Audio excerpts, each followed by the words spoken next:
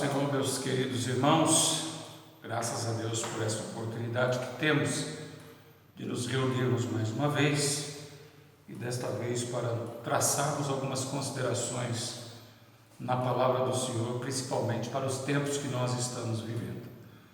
Vamos orar em nome de Jesus. Pai, que a Tua graça esteja sobre nós e que a Tua palavra possa encontrar corações sedentos, desejosos de serem alimentados, e que ela possa ser o bálsamo de Deus, o consolo de Deus, a advertência de Deus, a edificação de Deus para as nossas vidas.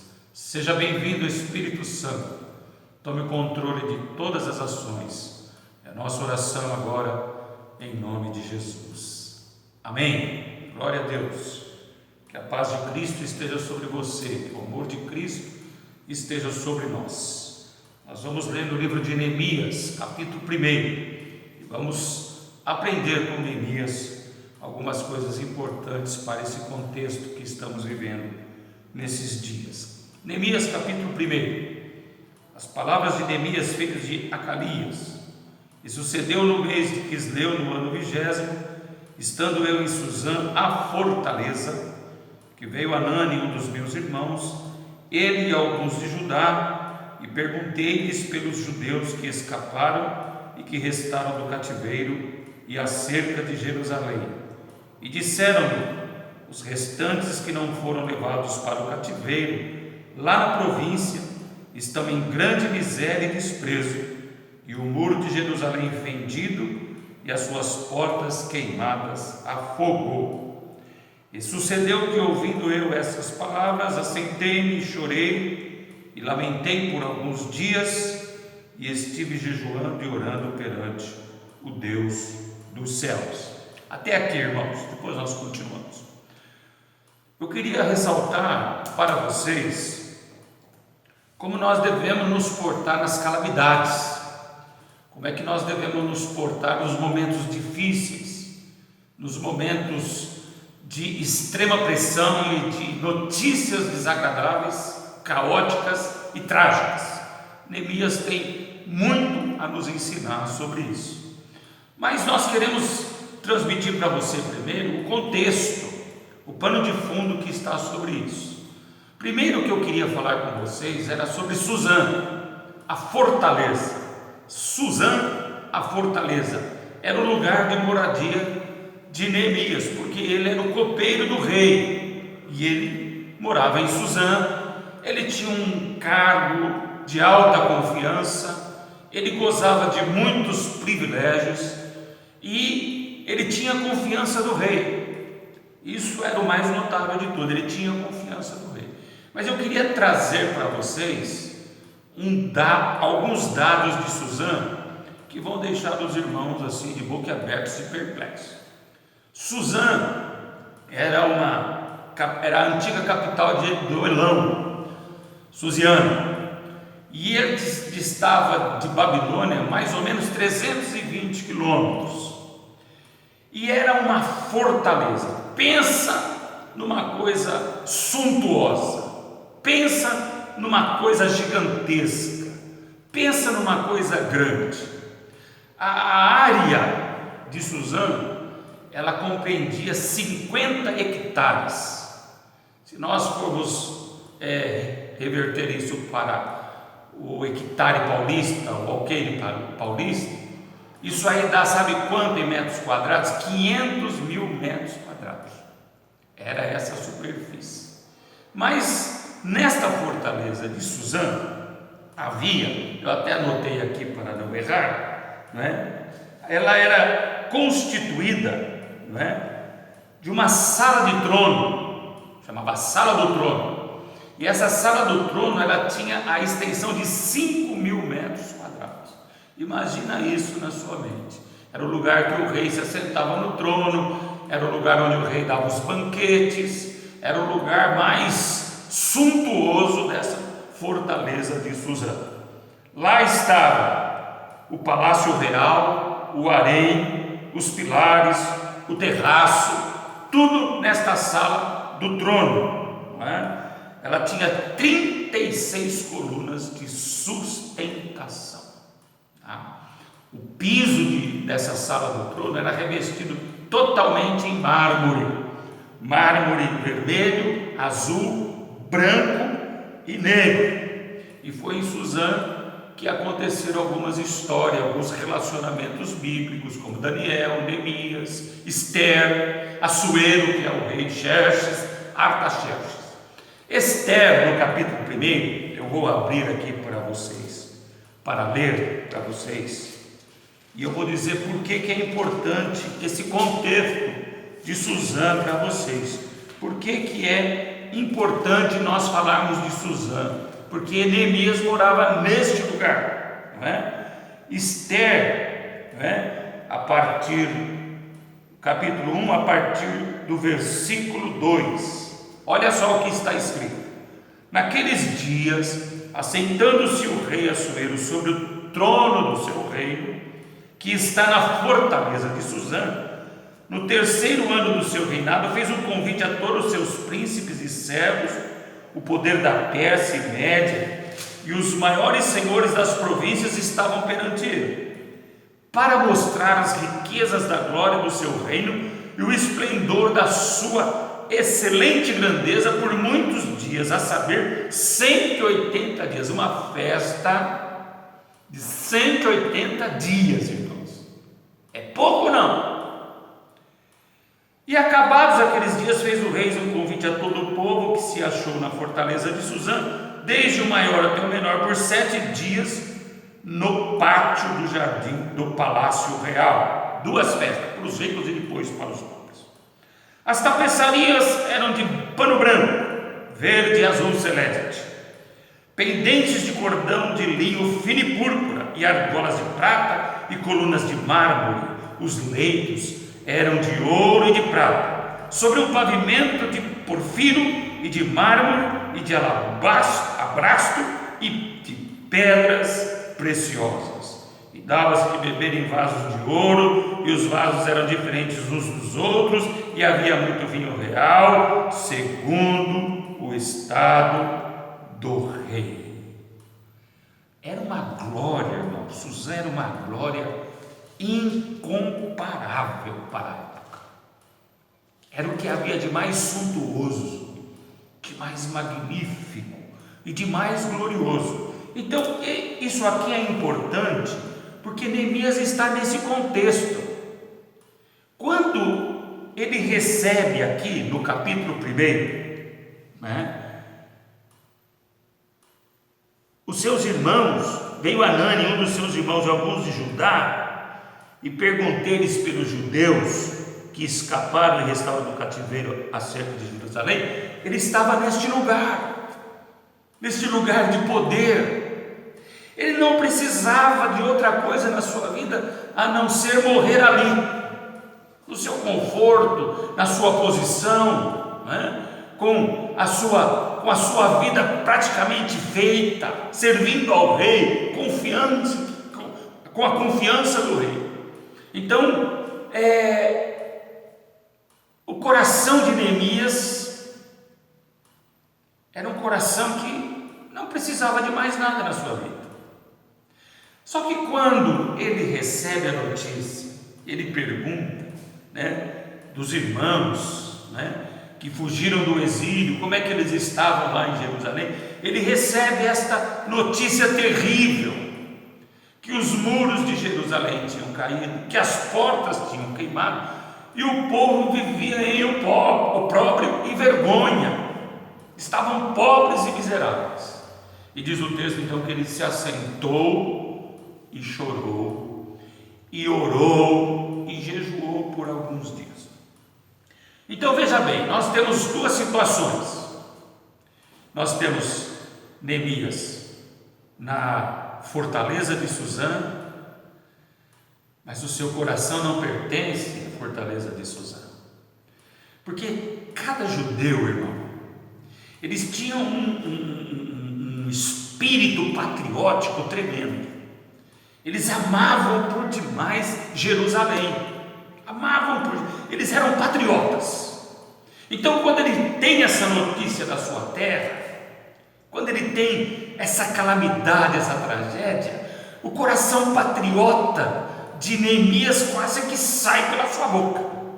Quase que sai pela sua boca. Para você ter uma ideia como que os judeus tinham um coração patriota, eu vou ler o Salmo 137, do 1 ao 5, para vocês terem uma ideia desse amor, né? Salmo 137, do 1 ao 5, você pode procurar aí. Olha: junto aos rios da Babilônia, nos assentamos e choramos, lembrando-nos de Sião. Nos salgueiros que há no meio dela, penduramos as nossas harpas, porquanto aquele que nos levaram cativos nos pediu uma canção, e os que nos destruíram, que os alegrássemos, dizendo: cantai-nos um cântico de Sião. Mas como entoaremos o cântico do Senhor em terra estranha? E olha só no versículo 5: se eu me esquecer de ti, ó Jerusalém, esqueça-se a minha destra da sua destreza. Apegue-se a língua ao paladar, se não me lembrar de ti, se não preferir Jerusalém, a minha maior alegria. Esse é um dos textos. O outro aqui está em Isaías 66, 10. Se você tem a tua Bíblia aí, vá para Isaías 66, 10, e você vai ver também como que isso é uma realidade. Diz assim a palavra: regozijai-vos com Jerusalém e alegrai-vos por ela, vós todos que amais, enchei-vos por ela de alegria, todos que por ela pranteaste. Oh Jerusalém! Como os judeus amavam Jerusalém, como eles queriam estar na sua terra. E no próprio livro de Neemias, no capítulo 2, no versículo 3, quando o rei pergunta por que ele está abatido, ele diz assim: como não estaria triste o meu rosto, estando a cidade, o lugar dos sepulcros de meu pai, assolada, e tendo sido consumidas suas portas a fogo? Então havia um sentimento patriótico no coração também de Neemias. Então aqui está Suzã, a fortaleza, o status, a glória, e aqui deste outro lado está o coração de Neemias. O coração de Neemias patriótico, amava Jerusalém. Mas havia uma outra coisa em Neemias que nós percebemos no desenrolar do texto. Ele não tinha amor apenas por Jerusalém, ele não era apenas patriótico judeu patriótico, ele também amava Deus, ele reverenciava Deus, ele tinha Deus como único Senhor na sua vida. Então, diante da calamidade, o coração patriótico batendo mais forte, o coração de amor que ele tinha por Deus batendo, a sua vida social, a sua vida estável, a sua vida garantida em Suzã, ele vai e se dobra diante do Senhor. Ele quer orar, ele quer buscar, ele quer uma solução para o seu problema. Então ele vai entrar agora à presença de Deus. O que ele faz? Ele ora e jejua por alguns dias. Irmãos, olha bem, em tempos de calamidade, em tempos de desesperança, em tempo de notícias ruins, de tragédias, de perdas irreparáveis, nós precisamos nos achegar ao Deus das nossas vidas, orar, jejuar, buscar a sua presença, buscar o seu consolo, buscar o seu conforto, buscar as suas respostas. Por que não? Por que não? Deus não vai nos omitir dos seus planos, ainda que algumas vezes Ele o faça. Mas mesmo quando Ele faz assim, Ele sempre vai fazer para o nosso bem. Então, veja bem, Neemias vai em oração, em jejum. E o que Neemias faz? Vamos lá, vamos perceber no texto. No versículo 5, depois de chorar, lamentar por alguns dias e jejuar, ele diz: Ah, Senhor, Deus dos céus, Deus grande e terrível, que guardas o conserto e a benignidade para com aqueles que te amam e guardam os teus mandamentos. Existem situações na nossa vida que nós precisamos perceber o Deus que temos. E Neemias, então, ele, depois de longo período de jejum, de oração, ele eleva a voz aos céus, porque o que vem a seguir precisa estar fundamentado em algo palpável, real e verdadeiro. E o que é que Neemias acha de real, palpável e verdadeiro? A fidelidade de Deus, a benignidade de Deus. Quando ele entra à presença do Senhor, ele entra com esta consciência: Deus é fiel. Ele entra com essa consciência: Deus é bondoso.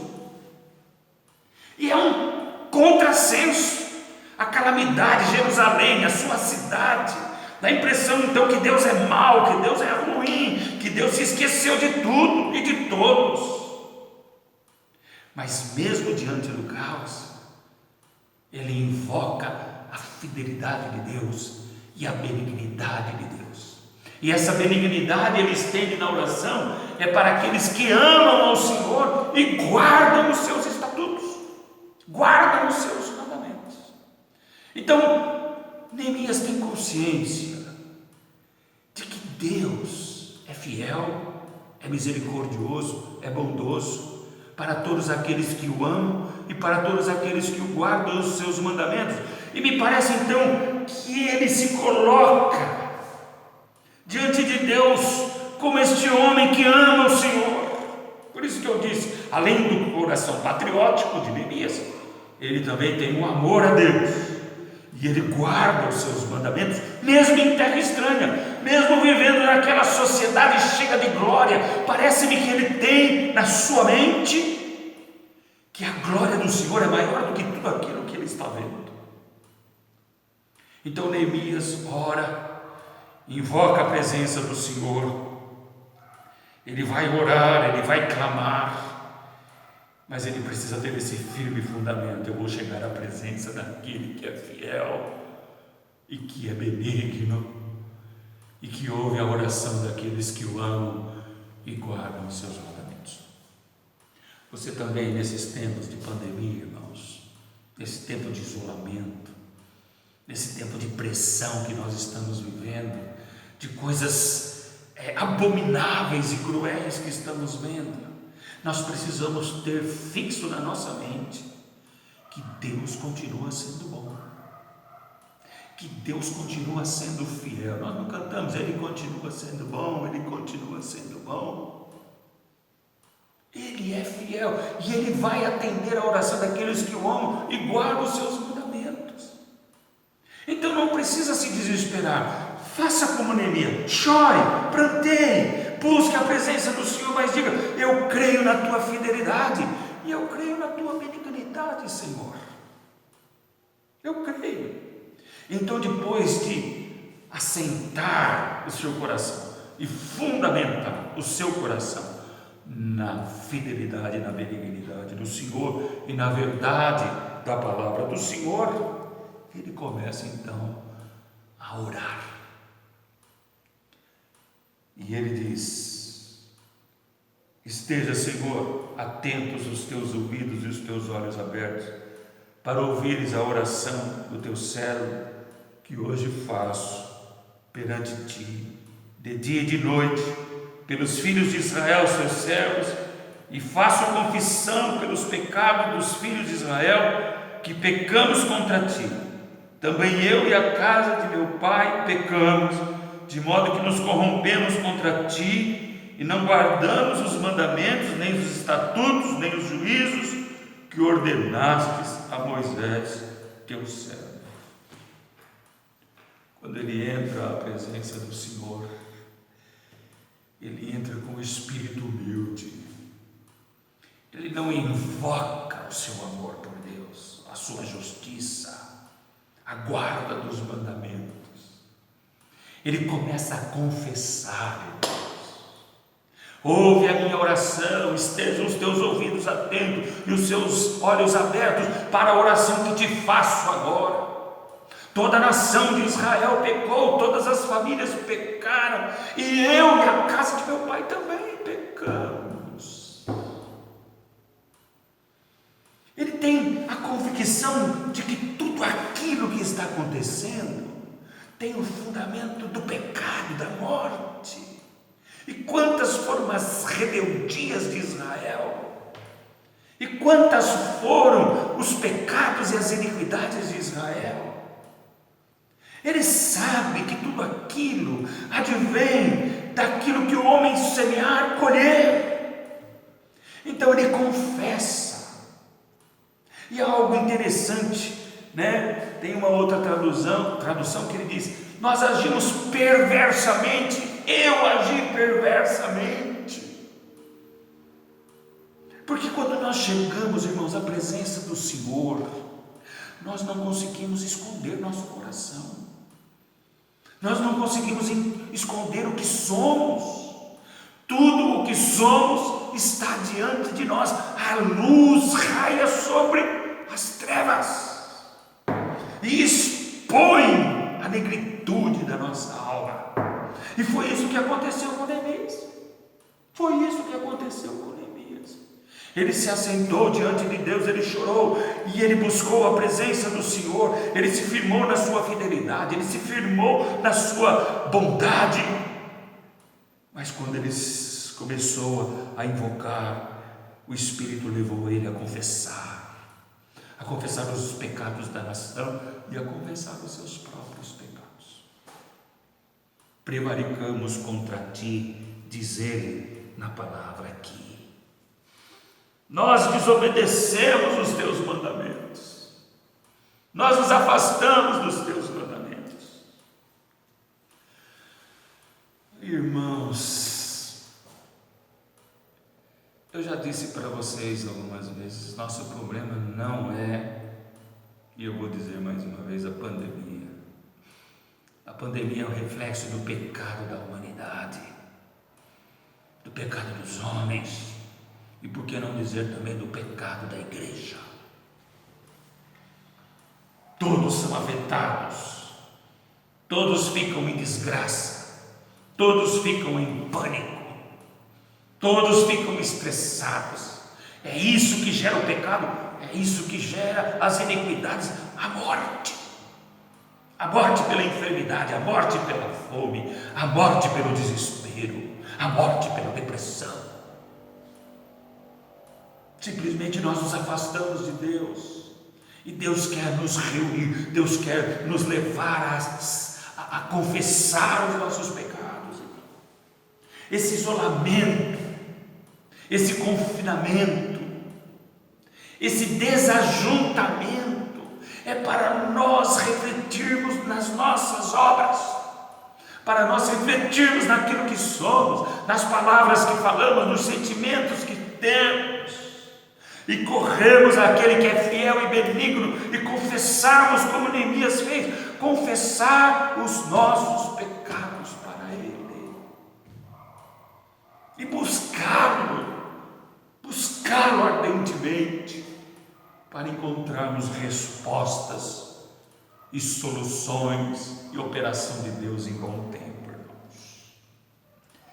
Lembra-te depois, no versículo 8 diz: a palavra que ordenastes a Moisés, teu servo, dizendo: vós transgredireis e eu vos espalharei entre os povos, e vós vos convertereis a mim, guardarei os meus mandamentos e os fareis.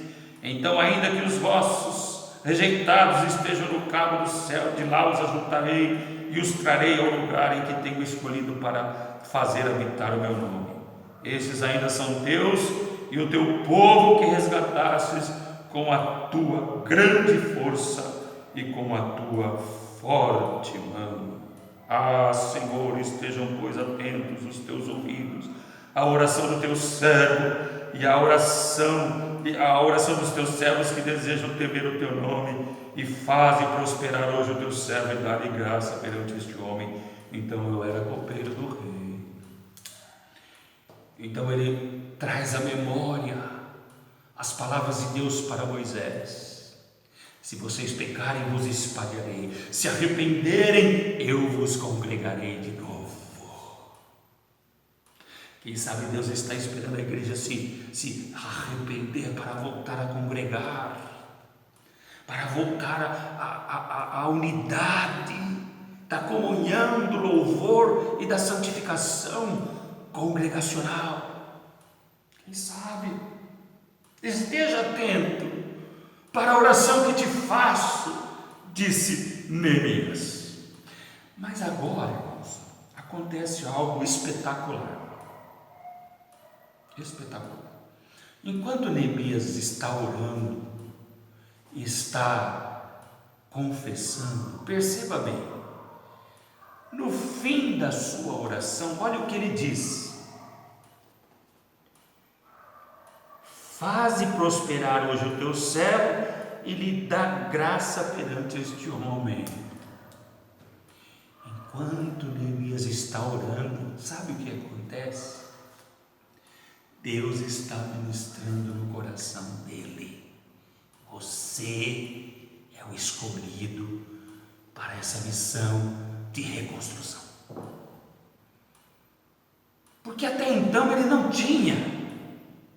Ele começa a orar e ele busca o perdão, mas na oração o Espírito começa a agir, e há um chamado para Neemias na oração que ele faz. Ele percebe que Deus está chamando, que Deus está o convocando, e quando ele tem a certeza disso, ele diz: Senhor, dá-me graça então diante deste homem, que era o rei. É como que se Deus está falando agora: você levanta da sua oração, você vai até o rei, e você vai dizer que você vai para Jerusalém, e você vai pedir licença para ele para ir a Jerusalém, porque eu tenho te escolhido. Parece-me que esta é a entonação. E agora veja bem que interessante. Ele levanta-se para se apresentar ao rei. Ele vai voltar para Suzã, fortaleza, diante do rei, e ele vai se encontrar com a glória de Suzã de novo. Ele vai voltar e vai ver todo o conforto que ele tem ali naquele lugar. Ele vai olhar novamente o status daquele lugar. Ele vai ver a glória dos ouros, dos alimentos, da formosura, da grandiosidade de Suzã. E ele vai ter que ser firme, porque agora ele tem que tomar uma decisão. Ele vai deixar o seu conforto? Ele estará disposto a deixar o seu conforto, o seu estado, o alto cargo de confiança diante do rei? Sim. O amor que ele tem a Deus e a Jerusalém é maior do que a fortaleza de Suzã. Eu quero te perguntar: o amor que você tem a Deus e a sua igreja é maior do que a glória desse mundo, do que o status deste mundo? O seu coração está dividido? O seu coração não sabe o que quer? Pois nesta hora Deus está trabalhando o seu espírito para alcançar o seu coração de uma maneira tal que, se arrependendo dos seus pecados, você ignore a glória de Suzã. A Suzã presente, a Babilônia presente, que ainda está nos arredores deste mundo, e ame a Deus acima de todas as coisas, e ame a sua igreja acima de todas as coisas, e ame o seu reino acima de todas as coisas, e tome essa decisão de amor, de reconstruir. Então, neste aspecto, e no capítulo 2 você vai perceber depois, que ele entra à presença e faz um pedido ao rei Assuero, Artaxerxes, se quiser. E ele, ao meu ver aqui, ele tem os mesmos passos de Abraão, Moisés, irmãos. Abraão, sai da sua terra e da sua parentela e vai para uma terra que eu te mostrarei. Deixou tudo para trás e caminhou para o invisível. Às vezes os nossos passos são sempre para o invisível. A vitória é para o invisível. Moisés, 40 anos no Egito, com toda a sua formosura, com toda a sua glória, com todas as suas construções. Mas o que diz a palavra de Deus a respeito de Moisés, em Hebreus capítulo 11, se você tem a sua Bíblia e quiser acompanhar, Hebreus capítulo 11, diz de Moisés: pela fé, Moisés já nascido, foi escondido 3 meses por seus pais, porque viram que era um menino formoso e não temeram o mandamento do rei. Pela fé, olha só, irmãos, pela fé, sendo já grande, recusou ser chamado filho da filha de Faraó. Era o maior status depois de Faraó, ser filho da filha de Faraó. Ele recusou ser chamado filho da filha de Faraó, escolhendo antes ser maltratado com o povo de Deus, do que por um pouco de tempo ter o gozo do pecado, tendo por maiores riquezas o vitupério de Cristo do que os tesouros do Egito, porque tinha em vista a recompensa. Neemias me parece que se iguala a Abraão e a Moisés, que deixam tudo produzir frutos que saltam para a vida eterna, para produzir algo palpável e real no reino. Que coisa linda, né, irmãos?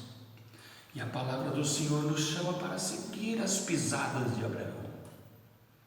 A palavra de Deus nos ensina para seguirmos as pisadas de Moisés. E eu digo para você agora, nessa pequena explanação do capítulo 1 de Neemias, bem resumido, que Deus nos chama para seguir as pisadas de Neemias.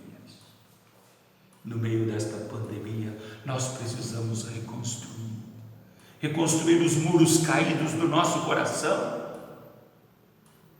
reconstruir o estado de isolação do nosso coração, as portas queimadas do nosso coração, mediante o poder do Espírito Santo, da oração e da palavra.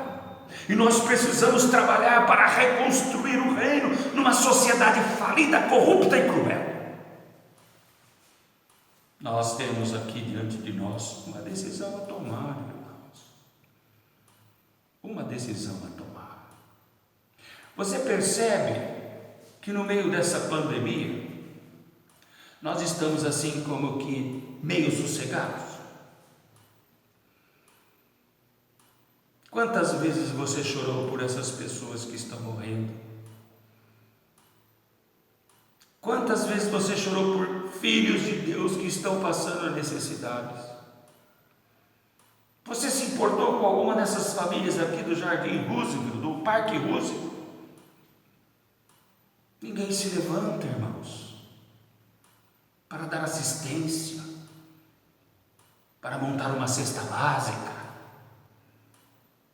para fazer um tipo de trabalho que glorifique o reino do Senhor. Nós ainda estamos acomodados, nosso coração ainda não foi transformado, irmãos.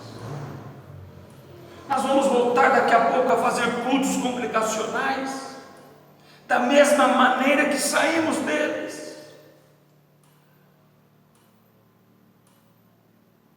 As ações dos jovens, os jovens poderiam ter saído, os jovens poderiam ter visitado famílias, arrecadado alimentos, fazer sopas. Há tantas maneiras de reconstruir, há tantas maneiras. Você não precisa salvar o mundo, salve o seu bairro pelo menos. reconstrua o coração do seu bairro, pelo menos. Irmãos, Deus tem tantas coisas a fazer ainda em nós, a começar de mim, porque eu falo assim, mas eu deveria ser o primeiro a tomar a iniciativa. Antes mesmo dos diáconos que servem nas mesas, eu deveria me preocupar com esta gente que está ao meu redor, em estado de calamidade, de fome, de desespero, com os muros das suas casas caídas.